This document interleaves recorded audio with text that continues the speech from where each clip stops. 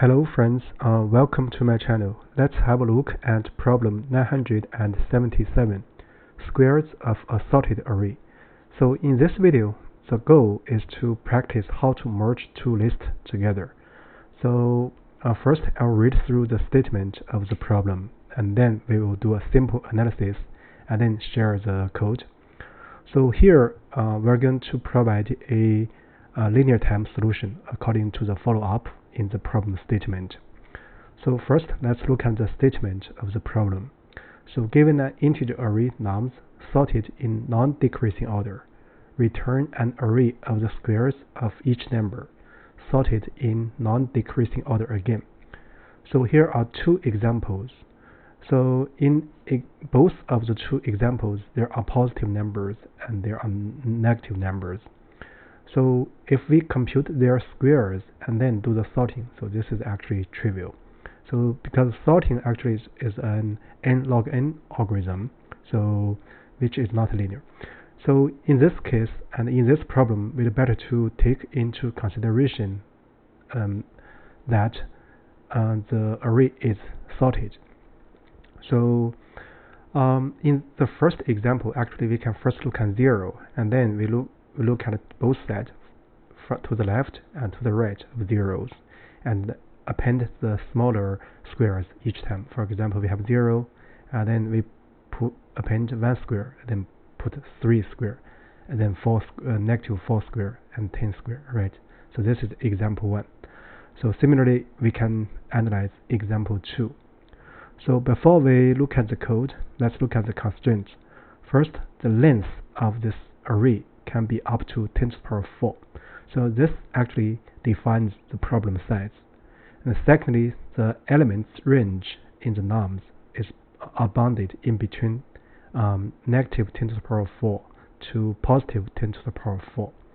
And the nums is sorted in non-decreasing order. So in this problem, actually the thing is that if we do square, actually, so the more negative ones, in other words, negative values with larger absolute value, will produce large squares. So actually this problem can be further extended. For example, we give a such sorted array, so we find the corresponding absolute values of the numbers and then sort it in a non-decreasing order. So can we do it in linear? Actually, this is the same problem as here for finding squares. So here the method incorporates binary search. So the binary search is to search the insertion point for the reference value 0. And then we can, from that point, we can look to the left and then look to the right. And then we are going to merge two lists. Actually, this is essentially the same. So the idea is the following. So find the insertion point, let's call it idx, for a value 0. And then we initialize two pointers. One is I, is idx minus 1, and the other is g, which is idx. Then we do comparison between the nums I square and nums g square. So if the former is larger, we're going to first append the latter to the result, and then push g rightwards, in other words, g equals g plus 1. And in the other case, if the latter is larger, so we are going to first append the former, that is num I square, to the result, and then push I leftwards, in other words, I equals I minus 1. Then after this procedure, so if we still have one index does not auto bound, then we should append the corresponding squares in that direction. So that's the main thought. So because this problem actually is very straightforward, so in some sense. So we are going to look at the code directly. So first, I'm going to initialize a result. So this is a container to hold the elements, in other words, the squares. And then we're also going to find the length of nums. And next, what we are going to do is we are going to find the insertion point using binary search. So we can use this function directly, so bisect left. So because this nums is sorted, so we can search the insertion point for the value 0. So this operation actually is a logarithm. right? Logarithm m. So then actually we can carry out the idea above. So we can set I, j equals idx minus 1 and idx at the very beginning. And then basically it's a while loop. So while I greater than or equal to 0 and j is less than or equal to m minus 1. So in other words, both I and j are inbound.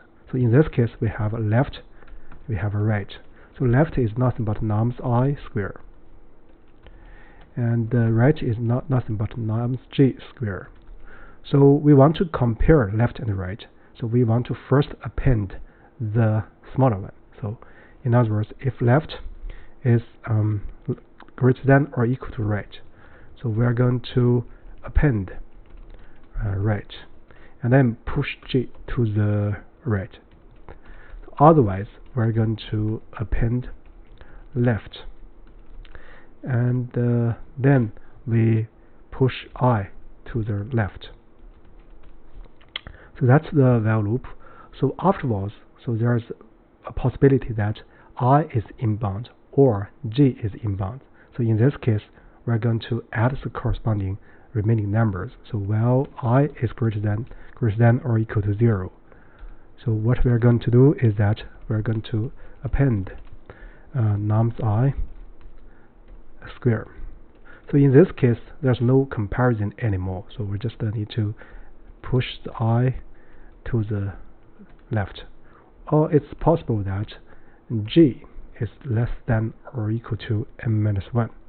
So we're going to append nums j square, and then push j to the right. So notice that after the first while loop here, actually we can only enter one of the two while loops here. So either this one or this one. So with that done, so actually we are ready to return the result. So that's the full code for this format of solution, so which is a linear time complexity solution. So first, let's do a special case check. Yeah, it passes the first example, I guess. So now let's do the generic case. Yeah, it passes all the generic cases. So I guess for this problem, that's about it. So here, the main point in this problem is that we notice that so 0 is special for this problem. So no matter 0 is in the nums array or not. So then we look at the left and look at the right. So with that said, I guess that's about it for this video. Thank you very much.